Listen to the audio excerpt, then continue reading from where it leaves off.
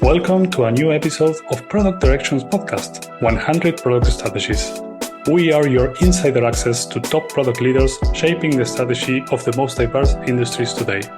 I'm your host, Nacho Basino, and I'll be digging into the real-life situations, problems, and frameworks used for strategy with product people all around the world in all kinds of products and markets. While there is no recipe for success, listening to others' experiences may give you the edge you need to solve your next strategic challenge. Hello, today I'm with Adam Thomas, who is currently doing consulting, training, and coaching for product people out there, and also has a very strong history of product leadership roles in different company sizes, different industries. And also, I'm very curious about the different roles he held in the past, as, for example, product marketer, product strategist, and even some engineering I saw out there. So very interesting mix of disciplines you have. So, Adam, welcome to the show. Thank you for having me. All right. So can you give us some intro about yourself, what you have been doing lately? Sure. My name is Adam Thomas. I have been working in the product space for almost 15 years. And what that constitutes of, as Nacho mentioned, right, there's engineering, there is product marketing, there's product strategy, there's product leadership, right? I've done all of these things, I've worn all of these different hats because now it contributes to me helping product teams understand strategy.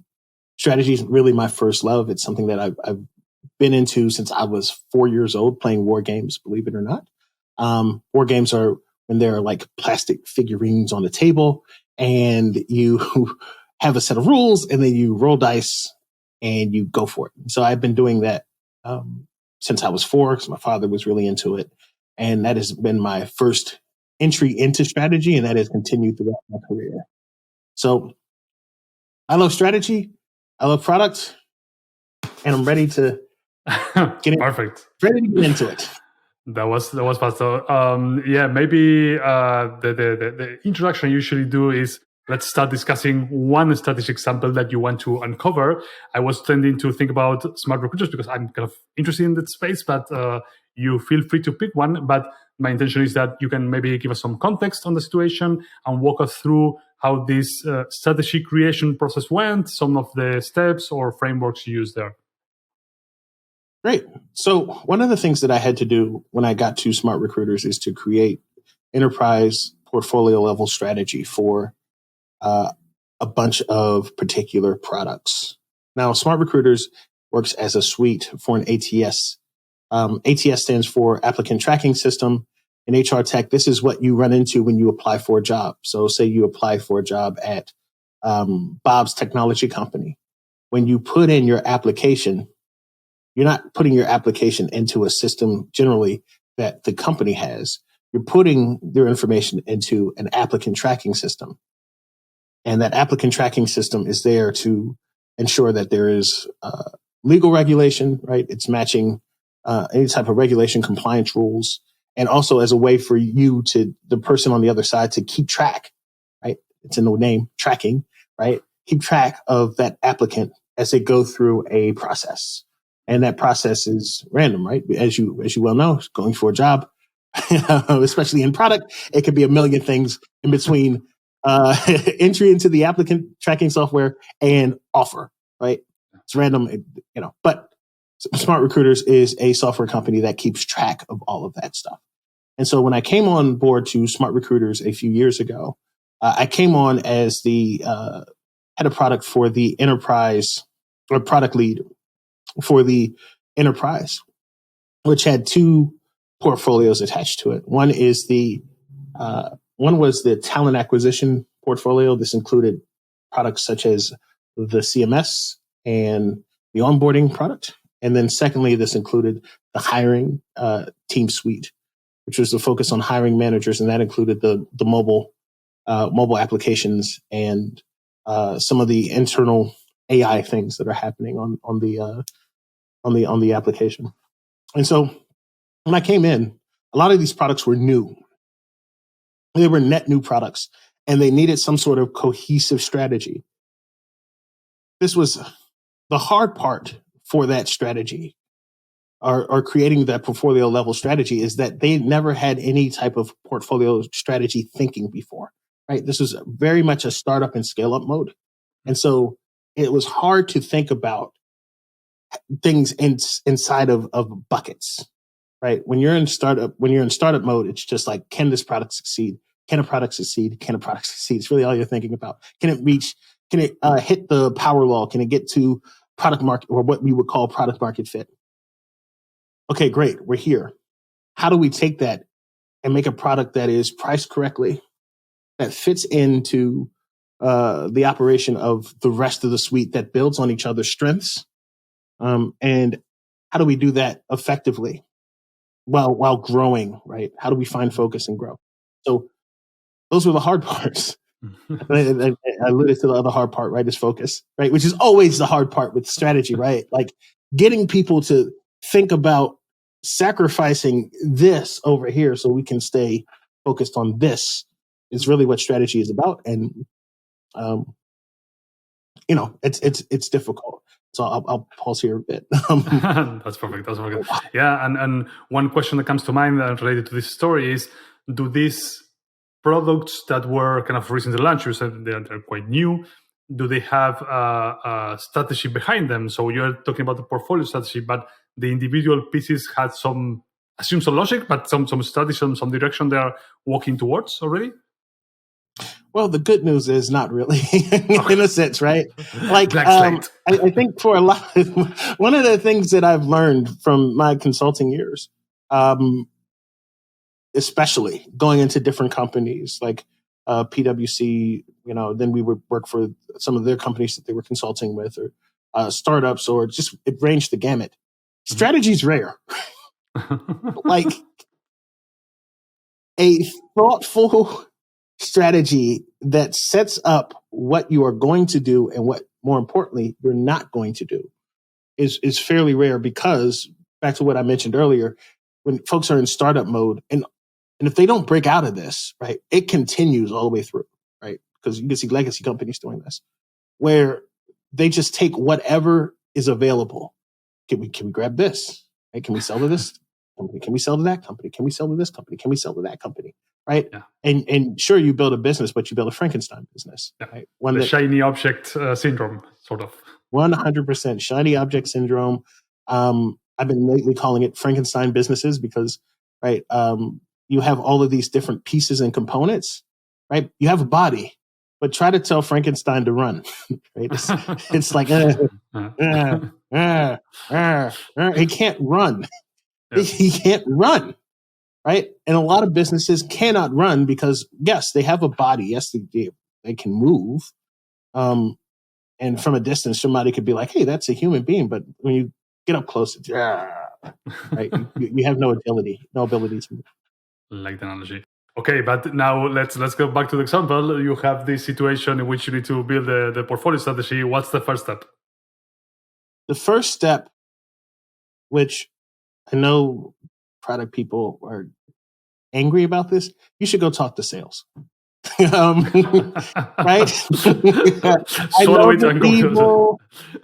I know they add things to your roadmap that you're not trying to do. I know they don't understand, but my primary contention with that is they don't understand because I think from my experience, a lot of product teams do not go and help them understand, right? I think the challenge for a lot of product folks is they get locked into, if you're in Europe, it's R&D. If you're in the US, the tech side, right? You get locked into the politics of that. Mm-hmm. And so you over-index on things like engineering.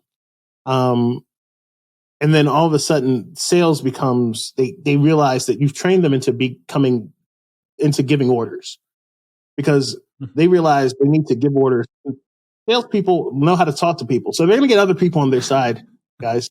So the rest of the business is going to be like, why aren't you giving sales what they want?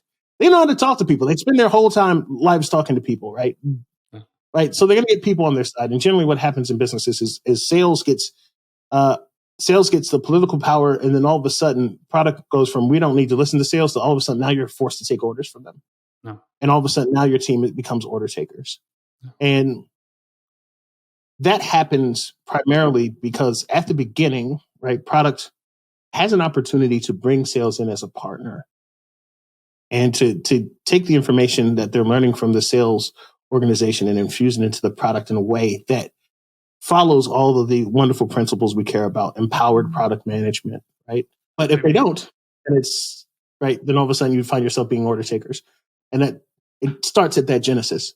Yeah, do you have a relationship with sales? So if I understand correctly, you go to talk to sales because they have some valuable information that you want to infuse in your strategy.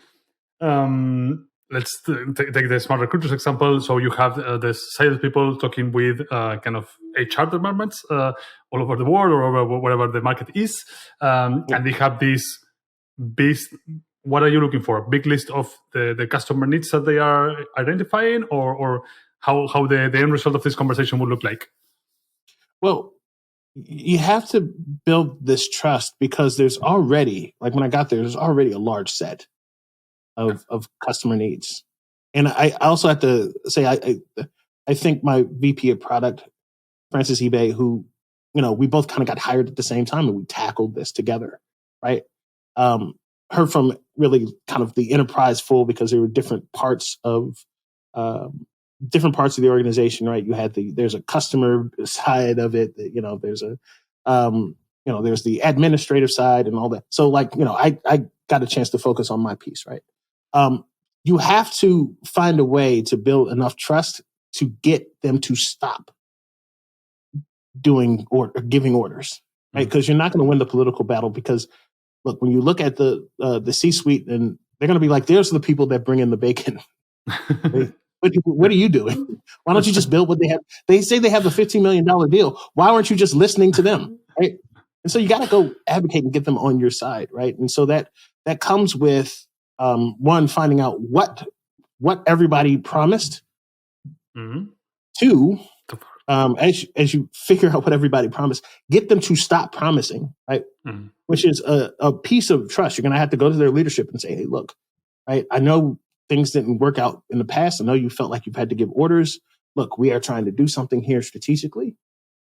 I need you to, I'm promising you're going to get a lot more interaction with the team because their orders are because they cannot get into contact with you. Yeah. Right? When you boil that down, any other channel to got it. Yeah, right. I never hear anything. They show up with a roadmap.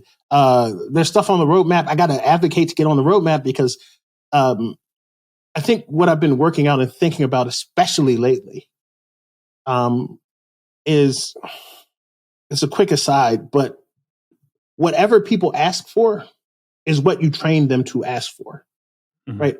As a product person. If people are asking for the roadmap, they don't trust your strategy or vision because you train them to ask for the roadmap. Yeah. So as I go into organizations right now, like the roadmap becomes your text, right? And I mean text as in, the thing that people look at you for, they critique you for. This is the thing that they're looking at you for. Yeah. And if you train them to look at the roadmap, they can only think of outputs, right? There's no more strategy, right? Mm-hmm. They're not asking for the strategy; they're asking for the roadmap. You've trained them for the roadmap because you've trained them to order take or to give orders. And so you got to break that before you do anything, because if you don't, then it's just it's quicksand, right? You're saying, okay, we have this roadmap and we have this strategy. They're going to be like, oh, well, the roadmap here works before it got us some sales and all right, so I guess we should just keep asking for the roadmap, right? I don't care about your strategy. Tell me about your roadmap. Right? And that goes back to how you train the other people in the organization. What text you ask them to think about when you're in the room. And so back to that sales example, right? You have to tell them that there are going to be different ways of operating.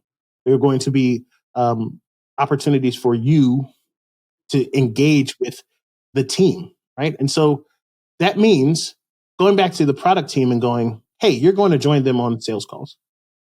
You're not going to make any promises, right? Do not make any promises, but you're going to go join them on sales calls because the salespeople on the ground need to see that you are a part of this, right?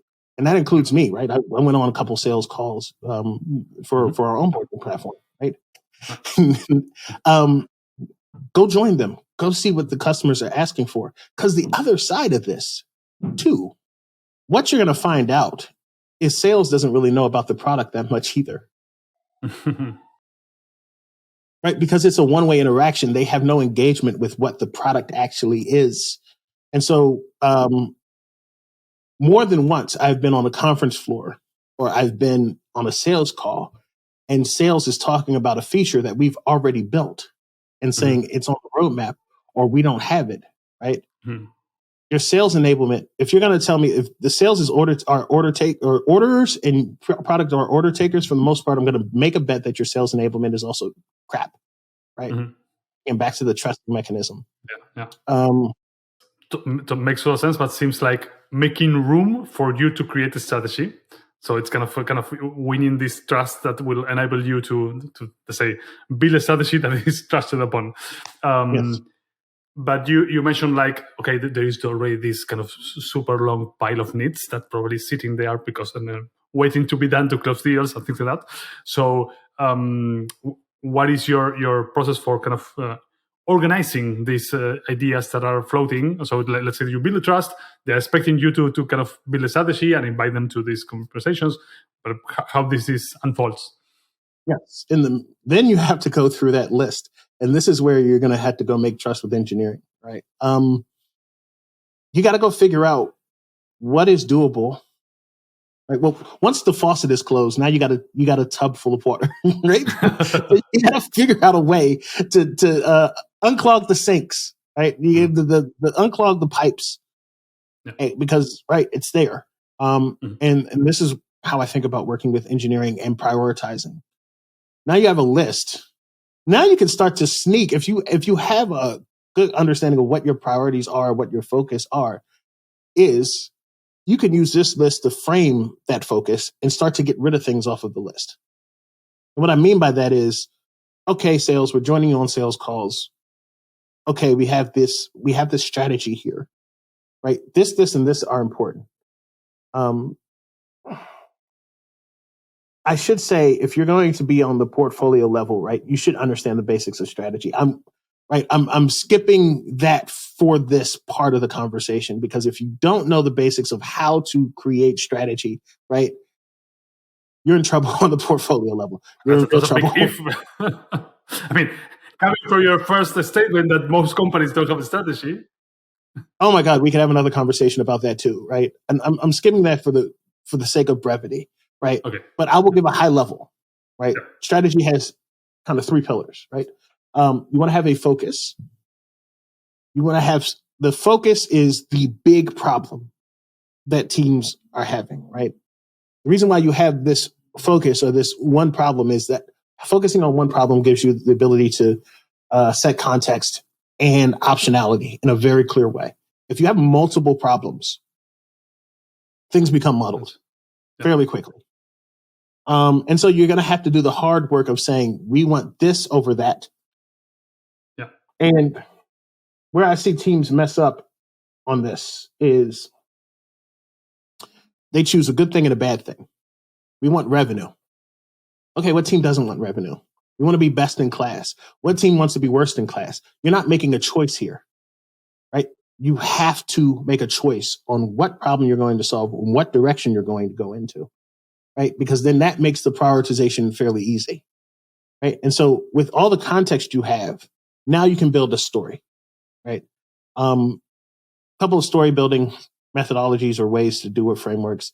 Right now, I've fallen in love with the ABT model, which is the and, but, therefore model. So and is where your objectives are. I want to do this and that. But is the big problem. Hello, diagnosis, focus, problem, right? Now you have a villain, right? Now you have a villain to tell that story. You want to do this and that, but villain is in the way. X is in the way. And then you have the therefore. And the therefore are your coherent actions, right? Therefore, we're going to do 1, 2, and 3. And so you have a story. You want to do this and that, but this is in the way. Therefore, we're going to do 1, 2, and 3. Perfect. That is a way for you to simplify and communicate what you're doing on a strategic level, right? Yeah. And so that's the context. I'll pause there. So I'm trying to map this to my way of thinking about it, and the key piece I'm missing is how did you select that focus? I mean, and this can be at the portfolio level or the kind of product level, but still, I guess that in this trade-off, when you do the trade-off, what is the basis for you to make that decision? Maybe we can go back to the smart recruiter example. That one is all about context, right? And so I'll take smart recruiters as an example. For us, what are our strengths as a bundling platform, right? It's integration. And so we need to be an integrated platform. Therefore, all the other things that do not involve integration are out the window. They're good ideas, but they don't match our strength, right?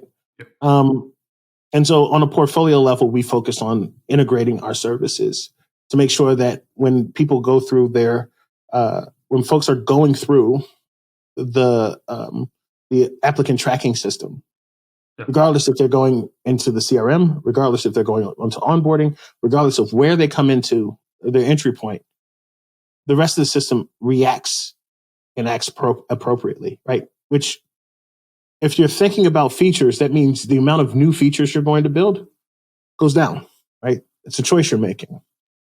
Because a lot of this work is on the back end. A lot of this work isn't going to be invisible to the user, whoever the user is, and maybe the customer. However, right, this is the choice between choices, right? A different way of a different strategy or a different priority I could have had is, okay, I don't recommend this, but we're going to go feature match, right? Yeah. Which tends to be the default strategy for a lot of folks, unfortunately. When there is no strategy, then the strategy becomes feature match. Yes, it is feature following, feature matching. But I mean, if you're going to do it, right, for certain companies, that's the right thing to do. For example, Microsoft doing that with Slack because they had a route with procurement, meaning, so like, everybody already had Microsoft Office accounts. So let's just rebuild Slack. We can take all of Slack's money very easily because they don't have to go through all of the other things, right? All the other hurdles in which to get a new contract, right? Which if anybody has worked in procurement or had to bring a new software, even small, it's a headache.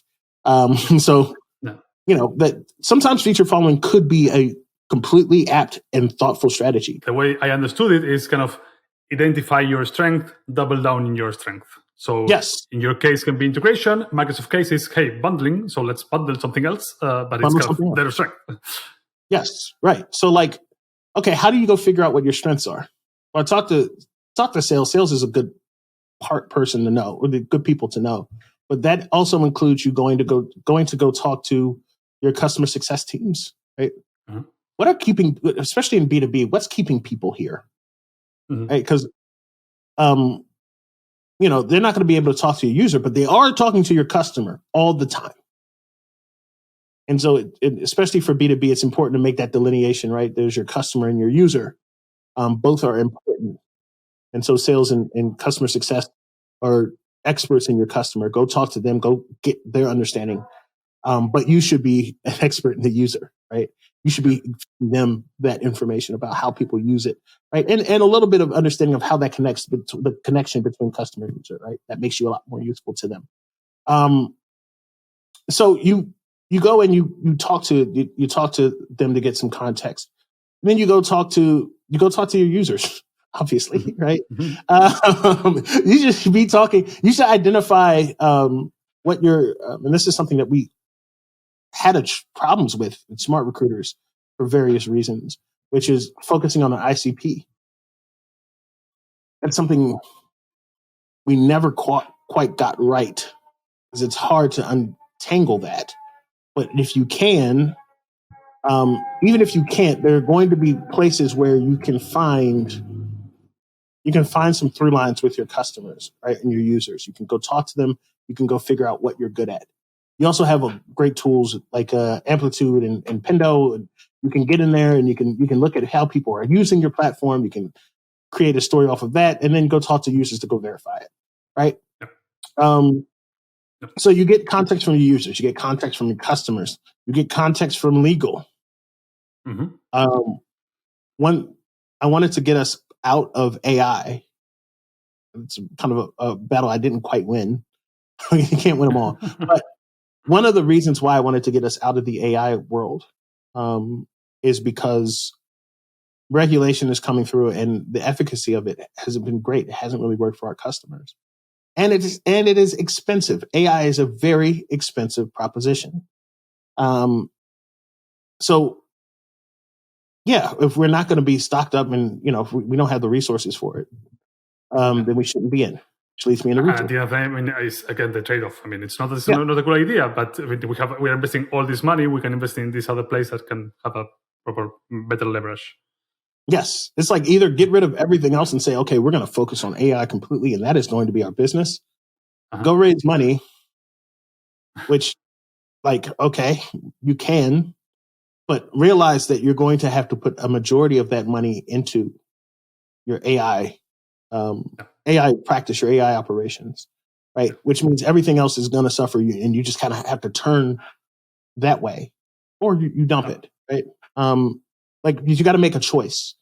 It can be a good investment for someone, but what you are claiming is not a good investment for them. Not a good investment for us, right? I'm going to interlace this with some things I didn't win, right? Because, look, the truth is, you're not going to win every battle when you're right. It's always a game of trade-offs, right? Yeah. And you're working within a system. When you're talking about strategy, especially the further you go up, especially if there are layers in the organization to which this starts to become a real thing, right? If you're working with 50 people, it's going to be different than working with 500 people. It's going to be different than working with 5,000 people. And so, right, there are going to be trade-offs. You're not going to win every battle. Because it's. But how do you make? Because that's an interesting one. So, where I'm coming from is don't make a friend in strategy. So, going back to your example, if you are, let's say you have a set of coherent actions following one focus. When you start making these trade-offs and you start losing this focus, what do? Do you kind of accept having multiple focus, or do you just kind of completely shift? What's your approach? In a good world, it's completely shift, right? You want to create, and this is where things like survival metrics come into play for teams. Right? You want to create a language around change or shift, right? You want to start to get sensing. Like they talk about canary in coal mines, right? It's your job in product to build the canary, right? I think that's also missed from us. We have to be thinking about what the canary is, how to unleash the canary, where to find canaries, how to create canaries. And so when you find these canaries and you're starting to execute on the strategy and you're starting to see things aren't working, then you shift. This requires two things. I mentioned the canary in the coal mine, but you also have to have a level scenario planning in your strategy, right? Some people may call these bets, right? As a way to get people to think, hey, we're not, this is not, we're going to admit that there's a chance that things go wrong, right? And so we're admitting that from the front, from the beginning. And there's a host of psychological benefits to that. And so here are some other options we have so we don't feel boxed in, right? We've already talked about where these different bets are. Again, that's why it's really important to think about one problem, because one, it gives you an opportunity to go through those things. And if you've gone through your list, now you can say, okay, maybe this isn't the thing we're going to go after. Now let's switch problems. You could feel like you've done enough to sense something out and then change direction. The hard part with teams is if they don't have those bets in place, it feels like a video game where you have one life and you got to run through an entire level. You're going to be stressed, right? And nobody's going to say we should stop because, well, we got one life and we got a limited amount of time. It's like a Mario level, right? You got to keep going. Versus if you have things like survival metrics on a tactical level, or if you have bets on like a strategic vision level, it starts to feel like a game with save states. So even if you die, you could just start back at the save state and it's no big deal. It's like, all right, I'll learn and figure out how to do something better next time. In fact, I'm getting better at the game because I see my mistake and I'm able to learn from it. And so that that's how, bets are. That's why these things are important as you think about failure. And then once you're able to do that, if you burned enough save states, you can go, okay, this is if you burned enough lives in the save state world, you can say, you know what, this is probably the wrong direction. I probably need to be going back. So let's change direction. Yeah, I mean, I will paraphrase what you are saying, but basically, if you are doing this trade-off, you lost the battle. Let's try to first kind of make it a focused battle. So I lost, so I completely ignoring this and focusing on the thing that we agreed on, but then being very, I would say, discovery-driven in terms of trying to build evidence to say, hey, this is working or not working. Because, I mean, this is what my usual claim when people or PMs are complaining about, hey, my CEO is kind of pushing a strategy down on me. I have not seen any CEO when confronted with data that you collected from the ground is not willing to change the strategy again. So yes, right. You don't have enough. This is something I learned back in philosophy because when I was coming in as a product strategist very early, if you're getting steamrolled. It's like, well, you hired me to be a product strategist, but then I quickly realized it's because I don't have an alternative vision, right? And I don't have an alternative vision with data. And so once you start to learn that, right, you get out of this spiral of blaming folks, right? There's one thing I'm starting to really get tired of is product people blaming people, right? Did you go talk to them? If you did you have a different vision? Did you have some data, right? If they told you no, did you go back and get that data? Did you spend some time like creating a case and then go back to them with a solid case? If they're still saying no after the solid case, all right, then come and talk to me, right? Yeah. But if you haven't done that work and you're too busy, lost in, story estimation, and you're purposefully just going into other spaces where you can avoid that. Well, you're not doing strategy work. You're going back to that text as roadmap, right? I'm an order taker. It goes back to the building trust. I mean, at the strategy level, if you want to kind of promote/follow strategy, you need to build your case, which is at the end of the day building trust. And since the stakes are higher, you probably need more data, more evidence, more whatever. So it's a good point. You mentioned a couple of times here survival metrics, which I'm curious about. I read it there somewhere. So can you give us more context on what it is? Sure. Survival metrics are operational metrics based on the actions of stop, pivot, and invest that'll help teams get out of the concept of sunk cost fallacy, which, right, within even a sprint, is very easy to fall into, and to give them optionality so they avoid the idea of sunk costs. They have these metrics that are telling them, right, if you run into this, stop. If you run into this, pivot. Or if you run into this, invest, and to move forward, right? The particular focus on those three words because our default state is go. Is bad, right? Because we create so much crap for us, for our customers and our users to not use. We make so much that isn't useful to the people that we're apparently building for, which means we're building for ourselves. And if we want to be successful, especially now when money is starting to get tighter, right? Everything you build has a cost associated to it, right? You have to maintain it. Things break. There's a level of complexity with every single feature you add that gets tiled on top of your architecture. If you don't stop building things that aren't useful, you're going to soon you'll soon find yourself contending with fixing features that don't even help the customer, but they break all the other things. And so now you're just spending a whole lot of time fixing things, right? Because you haven't made the choice to get rid of things either after or even better while you're building it. When you realize this isn't for us.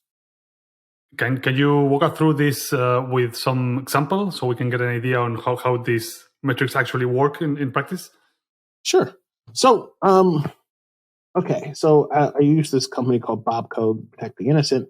Right, Bobco was a company. They were a e-commerce company, right, and they were working on helping people sell widgets on. Let's just use eBay, right? They're helping people sell widgets on eBay. Before survival metrics, right? They thought about building an AI situation that ultimately failed. Mhm. And people may think after hearing this, I hate AI. I don't hate it. I just understand it. So, like a lot of you don't understand it. So you build things that aren't useful with machine learning. But including this team, right? This team built that and they ended up with layoffs. And so what I did when I came in is we took a look at the strategy, didn't quite have one, rebuilt it, right? And leaning heavily on I didn't mention this earlier, but I mean, I get a lot of my strategy stuff from Richard Rumeld, right?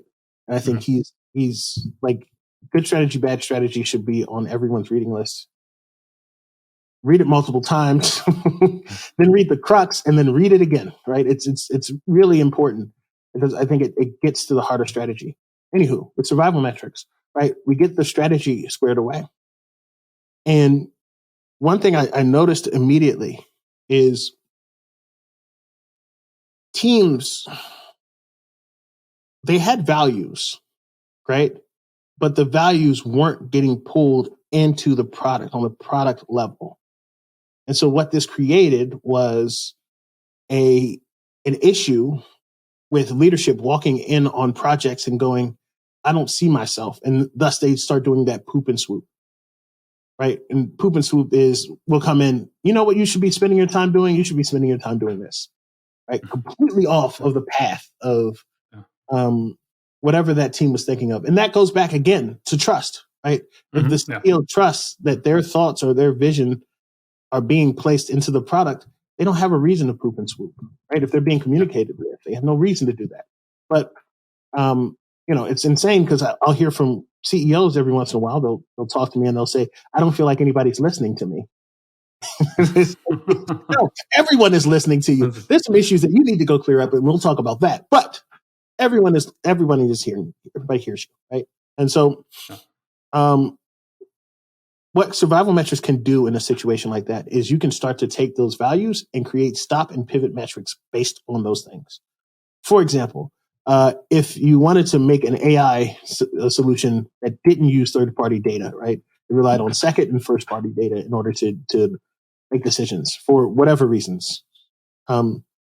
If that is being talked about at every sprint planning meeting, if that's being talked about when teams are presenting stuff at sprint review, if that's being talked about when folks are doing things at all hands and when they're presenting their strategy, okay, these are the bets that we're making. These are the metrics that we're going to do as we're building out these bets that are going to make us stop, pivot, and invest, right? And so if we're using a third-party data source, we'll stop immediately.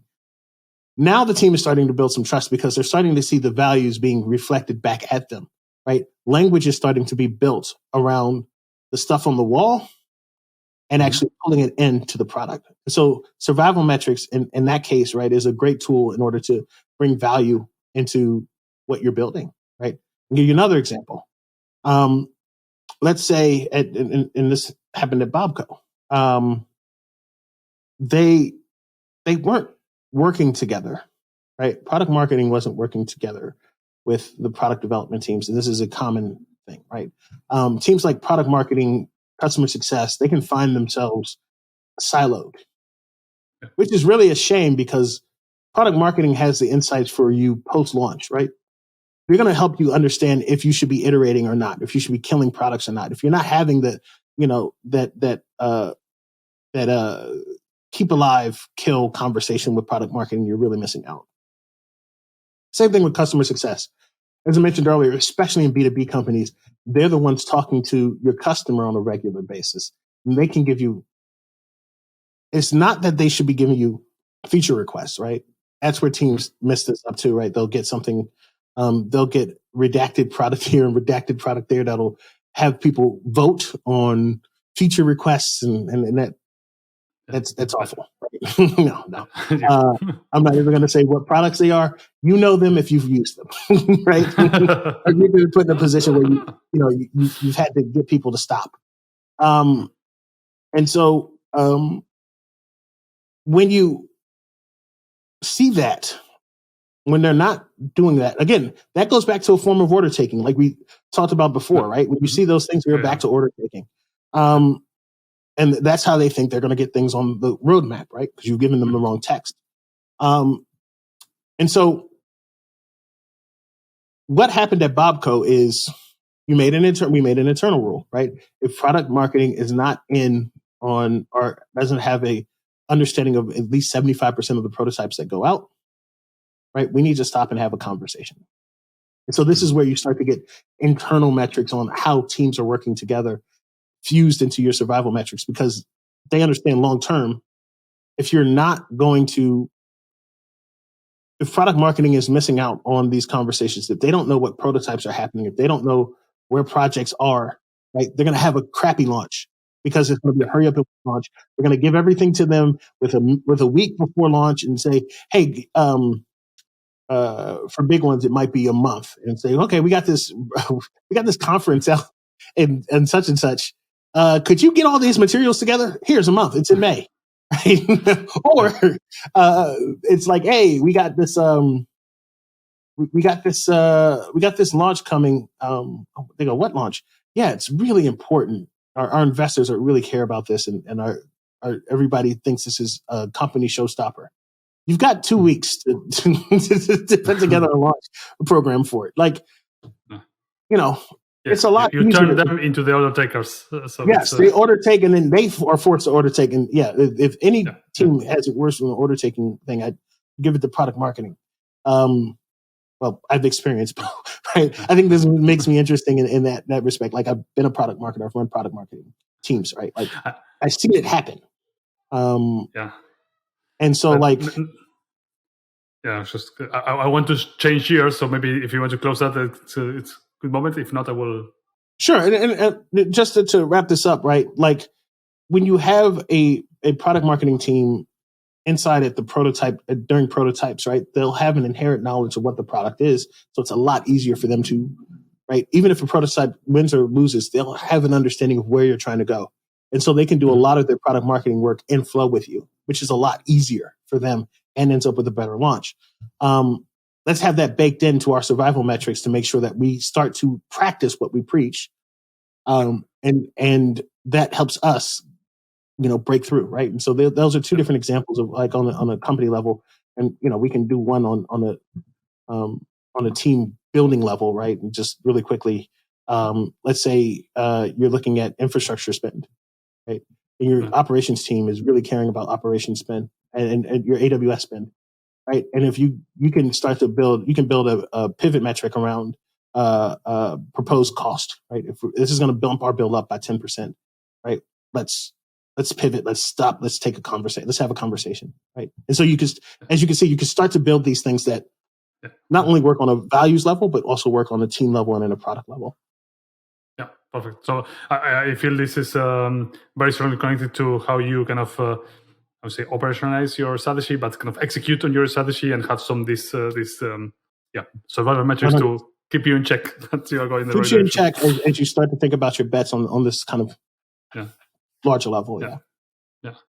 As I was saying, since we are running out of time, I want to switch gears because we kind of also touch on a point that I'm interested in, and I will give you the framework on why I'm asking this. But you were a product strategist, so I'm interested in what that is. But more importantly, I've never been in a situation that as a product leader, I feel in charge of the strategy, but there is another person in this case, or another department called strategy department or whatever, and how this collaboration might work and not be a conflict and not be kind of undertaking from others. Okay, so product strategist, when I was at Philosophy, which is when I was doing this, is around 2016, 2017, it functioned as, yes, we would help build product strategy, right?